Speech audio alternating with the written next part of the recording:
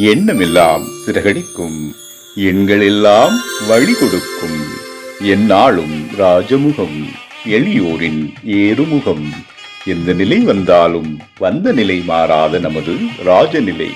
Rajanilai TV, channel of astrology.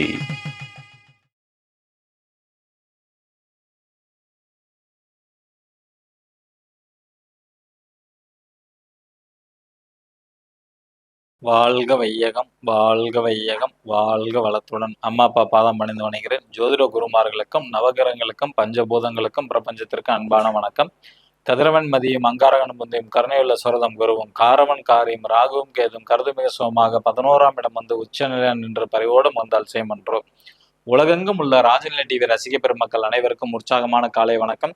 இன்று பிறந்தநாள் மற்றும் திருமணநாள் கொண்டாடும் அனைவருக்கும் ராஜநிலை டிவி சார்பாக வாழ்த்துக்களை தெரிவிப்பது உங்கள் ராஜநிலை எண்கணித வித்தகர் லால்குடி செந்தில். இன்றைய பஞ்சாங்கம் உத்தராயண காலம் பராபவ வருடம் வைகாசி மாசம் 17ஆம் தேதி ஞாயிற்றுக்கிழமை. இன்று 31/5/2026 பௌர்ணமி.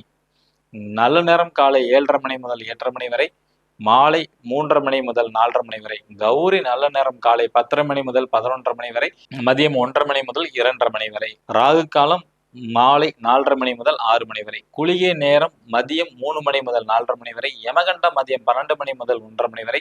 சூளம் மேற்கு திசை. மேற்கு திசை நோக்கி போறதா இருந்தா கொஞ்சம் வெள்ளம் சாப்பிட்டுட்டு போங்க. இன்றைய திதி பௌர்ணமி திதி மதியம் 2 மணி 45 நிமிடம் வரை, பின்பு பிரதமை திதி. நட்சத்திரம் அனுஷ நட்சத்திரம் மாலை 4 மணி 46 நிமிடம் வரை, பின்பு கேட்டை நட்சத்திரம். யோகம் சித்தம் நாம யோகம். கர்ணம் பவகர்ணம் மதியம் 2 மணி 45 நிமிடம் வரை, பின்பு பாலவ கர்ணம். சந்திராஷ்டம அஸ்வினி நட்சத்திரத்திற்கு மாலை 4 மணி 46 நிமிடம் வரை, பின்பு பரணி நட்சத்திரம். கிரக நிலவரங்கள். மேச ராசியில் செவ்வாய் பகவான், ரிஷப ராசியில் சூரிய பகவான், மிதுன ராசியில் புதன் பகவான் மற்றும் சுக்கிர பகவான், கடக ராசியில் குரு பகவான், சிம்ம ராசியில் கேது பகவான், விருச்சக ராசியில் சந்திர பகவான், கும்ப ராசியில் ராகு பகவான், மீன ராசியில் சனி பகவான். குரு பெயர்ச்சி பலன்களை நம்ம பார்க்கறது கன்னி ராசிக்கு எப்படி இருக்கும் இந்த வருஷம் அப்படின்னு. வாக்கிய பஞ்சாங்கப்படி வந்து பார்த்துக்கிட்டிங்கன்னா 26/5 வந்து குரு பெயர்ச்சி ஆயிருக்கு. திருக்கணிதப்படி வந்து பார்த்தீங்கன்னா 2/6 வந்து குரு பெயர்ச்சி வருது. இது நடுவில் வந்து அதிசாரத்தில் வந்து குரு பகவான் கடகத்திலேருந்து சிம்ம ராசிக்கும் பயணம் வந்துடும். சிம்ம ராசியில் ஒரு 63 நாள் வந்து இருப்பாங்க. இப்ப கன்னி ராசிக்கு வந்து பாத்தீங்கன்னா 11ஆம் இடத்துல குரு பகவான் இருக்கிறாங்க. 11ஆம் இடத்துல இருந்து 3ஆம் இடம் கன்னி ராசிக்கு 3, 5, 7ஆம் இடத்தை வந்து பார்க்க போறாங்க. அப்ப இந்த 11ஆம் இடம் மட்டும்தான் இவங்களுக்கு வந்து பிரச்சனை. ஓகேங்களா? அப்ப 11ஆம் இடம்ங்கிறது வந்து லாபத்தை குறிக்கக்கூடியது, பேராசையை குறிக்கக்கூடியது, மூத்த சகோதர சகோதரி அல்லது மருமகன் மருமகளை குறிக்கக்கூடிய இடம். அப்ப இந்த மாதிரி இடங்கள், இந்த மாதிரி நபர்கள்ட்ட வந்து நீங்க கொஞ்சம் கவனமாக பழக வேண்டும். ஓகேங்களா? அதே மாதிரி 5ஆம் இடம்ங்கிறது குழந்தையை குறிக்கக்கூடியது. அது 7ஆம் பார்வையாக பார்க்கறனால குழந்தைங்களுக்கு வந்து கொஞ்சம் மருத்துவ சம்பந்தப்பட்ட செலவுகள் வரலாம். அல்லது குழந்தைகளை வந்து நீங்க அதிகப்படியான கண்டிப்பு வந்து நீங்க வந்து செலுத்தக்கூடிய நேரம் இந்த காலகட்டம். ஒன்று விரைய செலவுங்கிறது வந்து மருத்துவ செலவு வரலாம். சுப செலவுனா நீங்க அப்படியே ஸ்கூலுக்கு வந்து பெரிய லெவலில் பணம் கட்டி படிக்க வச்சனாலும் அது விரயம் தான். இல்லைன்னா குழந்தைகள் வந்து அதிகமாக திட்டுவீங்க, அடிப்பீங்க, அந்த மாதிரி அமைப்புகள் வந்து உண்டு.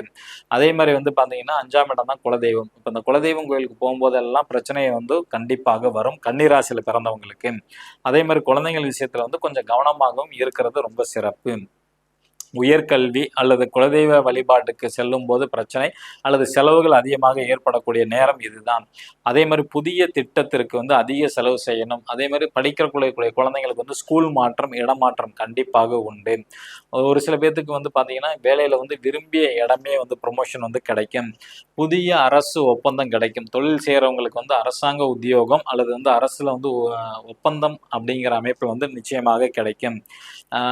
இளைய சகோதர சகோதரினால நன்மைகள் வந்து உண்டு. ஏன்னா 3ஆம் இடத்தை பார்க்கறனால அவங்களால நன்மை நடக்கும். மாமனாரும் உங்களுக்கு வந்து நல்ல ஒத்துழைப்பு கொடுப்பாங்க, அன்பு காட்டுவாங்க. அதே மாதிரி உங்க வீட்டில் இருக்க இளைய குழந்தையும் வந்து உங்க மேல ரொம்ப பாசமாக இருக்கும். வெற்றி வாய்ப்பு நிச்சயமாக கிடைக்கும் கன்னி ராசிக்கு. ஏன்னா 3ஆம் இடம் தான் வீரியம், வெற்றி, தனத்தை குறிக்கக்கூடியது. அப்ப அந்த இடத்த குரு பகவான் பார்க்கறனால கண்டிப்பாக இவங்களுக்கு வெற்றி வாய்ப்பு வந்து உண்டு. அதே மாதிரி வந்து ஒரு சிலருக்கு வந்து பார்த்தீங்கன்னா மறைமுகமான குடும்பம் வரும். ஏன்னா 7ஆம் இடத்தையும் பார்க்குறாரு. பார்க்குறாரு. அப்போ வந்து பார்த்துக்கிட்டிங்கன்னா 7ஆம் இடத்த வந்து 9ஆம் பார்வையா பார்க்கறனால ஒரு சில நபர்களுக்கு வந்து பார்த்தீங்கன்னா, ஏதாவது வேறொரு பெண்ணோட தொடர்பு வரதுக்கான வாய்ப்புகள் அதிகம் உண்டு. கவனம் வேண்டும். வீரியம், விஜயம், வெற்றி அப்படிங்கிற அமைப்பு இவங்களுக்கு நல்லாவே வந்து உண்டு. ஒரு சில பேர் காதல் வயப்படுவாங்க. அந்த காதல்ல பிரச்சனையும் சந்திக்கக்கூடிய அமைப்புகள் வந்து உண்டு. 3ஆம் இடம்ங்கிறது இஎன்டி பிரச்சனை, காது பிரச்சனை சம்மந்தப்பட்டது. இது நாள் வரைக்கும் இருந்துச்சுன்னா, இப்ப சரியாகக்கூடிய காலங்கள். பூர்வீக சொத்து சம்பந்தப்பட்ட விஷயத்துல வந்து ஒரு மாற்றங்கள் வரும். பூர்வீக சம்பந்தப்பட்ட பிரச்சனை உண்டு. அதிலேயும் ஒரு மாற்றம் கிடைக்கும்.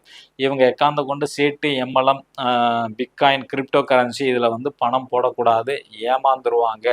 ஏன்னா குரு பகவானோட 7ஆம் பார்வை வந்து 5ஆம் இடத்தை பார்க்கறனால இதுல ஒரு லாஸ் ஏற்படும். திருமண முயற்சி வெற்றி வாய்ப்பு கண்டிப்பாக உண்டு. கன்னிராசியில பிறந்தவங்களுக்கு எல்லாத்துக்கும் திருமண யோகம்ங்கிறது உண்டு. இவங்களுக்கு என்ன சார் பரிகாரம் இந்த குரு பெயர்ச்சியில் அப்படின்னா, இவங்களோட குழந்தைக்கு தான் மெயின் பிரச்சனைன்னு நம்ம வந்து சொல்லியிருக்கிறோம். ஏன்னா 5ஆம் இடம் தான் குழந்தை, அது குரு 7ஆம் பார்வையை பார்க்கறனால இவங்களோட கன்னிராசியில் பிறந்தவங்களோட குழந்தைக்கு தான் பிரச்சனை. அப்போ அந்த குழந்தையோட வெயிட் எவ்வளோ இருக்காங்கன்னு பார்த்துங்க. ஒரு 15 வயசு 20 வயசு வரைக்கும் இருக்காங்கன்னா எடுத்துங்க.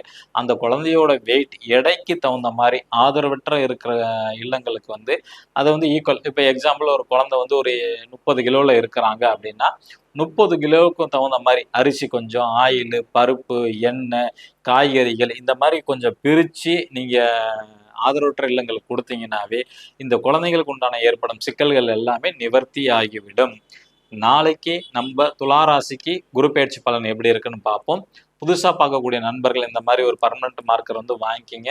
உங்கள் ராசிக்கு உண்டான நம்பரை மணிக்கட்டில் வந்து எழுதுங்க. எழுதும்போது உங்களோட கோரிக்கையை நினைச்சிட்டு எழுதுங்க. நிச்சயமாக வெற்றி வாய்ப்பு உண்டு. மேச ராசி அல்லது மேச லக்னத்தில் பிறந்த நண்பர்கள் என்று பயன்படுத்த வேண்டிய ராஜனின் அதிர்ஷ்டமான எண் 45. ரிஷப ராசி அல்லது ரிஷப லக்னத்தில் பிறந்த நண்பர்கள் என்று பயன்படுத்த வேண்டிய ராஜனின் அதிர்ஷ்டமான எண் 72. மிதுன ராசி அல்லது மிதுன லக்னத்தில் பிறந்த நண்பர்கள் என்று பயன்படுத்த வேண்டிய ராஜனின் அதிர்ஷ்டமான எண் 41.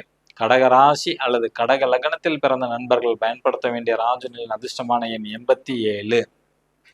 சிம்ம ராசி அல்லது சிம்ம லக்னத்தில் பிறந்த நண்பர்கள் என்று பயன்படுத்த வேண்டிய ராஜனின் அதிர்ஷ்டமான எண் 74. கன்னி ராசி அல்லது கன்னி லக்னத்தில் பிறந்த நண்பர்கள் என்று பயன்படுத்த வேண்டிய ராஜனின் அதிர்ஷ்டமான எண் 93. துலாம் ராசி அல்லது துலா லக்னத்தில் பிறந்த நண்பர்கள் என்று பயன்படுத்த வேண்டிய ராஜனின் அதிர்ஷ்டமான எண் 89. விருச்சக ராசி அல்லது விருச்சக லக்னத்தில் பிறந்த நண்பர்கள் என்று பயன்படுத்த வேண்டிய ராஜனின் அதிர்ஷ்டமான எண் 06. தனுசு ராசி அல்லது தனுசு லக்னத்தில் பிறந்த நண்பர்கள் என்று பயன்படுத்த வேண்டிய ராஜனின் அதிர்ஷ்டமான எண் 20. மகர ராசி அல்லது மகர லக்னத்தில் பிறந்த நண்பர்கள் பயன்படுத்த வேண்டிய ராஜனின் அதிர்ஷ்டமான எண் 04. கும்ப ராசி அல்லது கும்ப லக்னத்தில் பிறந்த நண்பர்கள் இன்று பயன்படுத்த வேண்டிய ராஜனின் அதிர்ஷ்டமான எண் 32. மீன ராசி அல்லது மீன லக்னத்தில் பிறந்த நண்பர்கள் என்று பயன்படுத்த வேண்டிய ராஜனின் அதிர்ஷ்டமான எண் 42. இவை அனைத்தும் காமனான எண்கள் தான். உங்கள் ஜாதகப்படி அதிர்ஷ்டமான மொபைல் நம்பர் வேணும்னா கீழே உள்ள வாட்ஸ்அப் நம்பருக்கு தொடர்பு கொள்ளுங்க.